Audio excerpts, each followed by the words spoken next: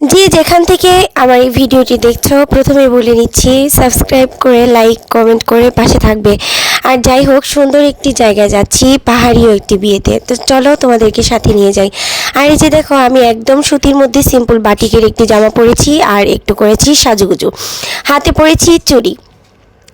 তো যাই হোক, চুড়ি পরেছি আমি হাতেরে, ঠিক আছে। গানটা কে কে শুনেছো কমেন্টে বলে যাবে।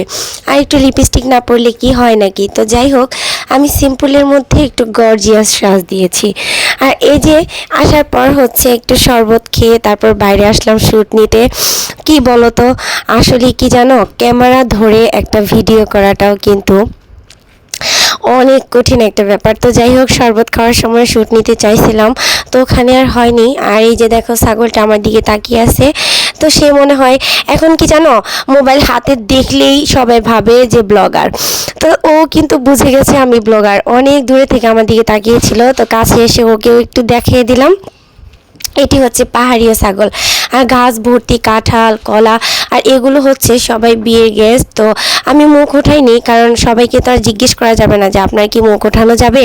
আর প্রাইভেসি বলে সবার একটা কথা আছে। আর এই যে দেখো, কত সুন্দর জাংলা দিছে, এটাকে জাংলা বলে, মানে মাচা জাংলা যে যেটাই বলো। আর এটা হচ্ছে বিলাতি গাছ।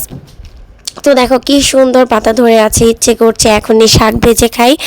আমার কিন্তু এরকম পাহাড়িও মানে গ্রাম্য খাবারগুলো অনেক ভালো লাগে, কারণ আমি পাহাড়ি মেয়ে না হলেও আমি কিন্তু গ্রামের মেয়ে। তো যাই হোক, এই যে হচ্ছে বিয়ের প্যান্ডেল। আর সব থেকে মজার কথা হচ্ছে আজকে কিন্তু বিয়ে না, আজ থেকে 7 মাস আগে বিয়ে হয়েছিল।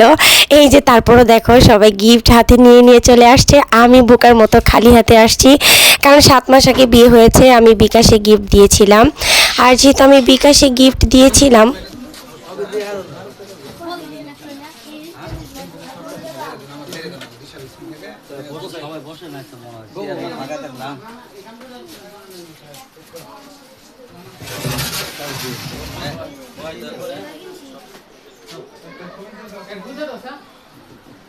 বিয়ের খাবার দাবারের একটু আওয়াজ শোনালাম।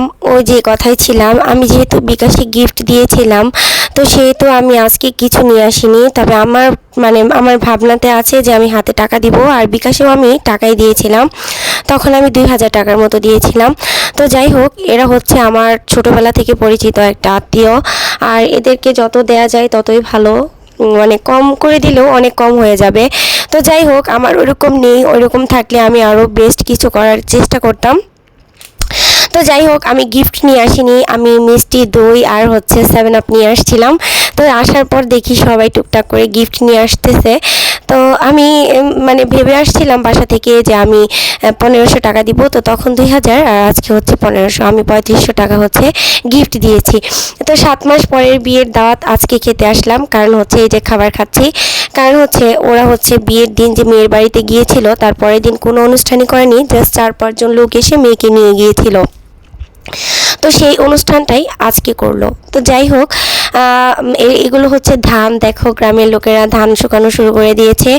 আর এখানে দেখো গপ্পসপ্প হচ্ছে। আর আমি মানে কি দিয়েছি এটা কেন বললাম, এই জন্য বললাম যে তোমরা হয়তো আমাকে আসতে দেখেছো কিন্তু হাতে কোনো গিফট দেখোনি। হাতে গিফট থাকলে তো গিফট দেখাতাম।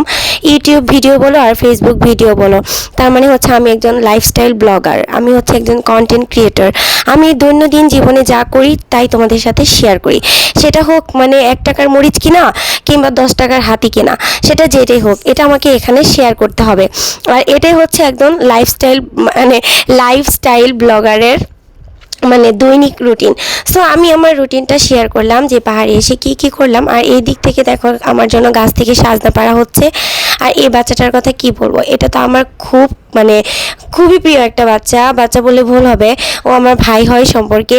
তো কি বলবো, মানে আমার মনে হয় নিজের ভাইও অনেক সময় কোনো বোনকে এতটা ভালোবাসে না, তবে আমার ভাই কিন্তু আমাকে অনেকটা ভালোবাসে। এরপর হচ্ছে এই ছোট ভাইটা। সবাই ভালো থাকো।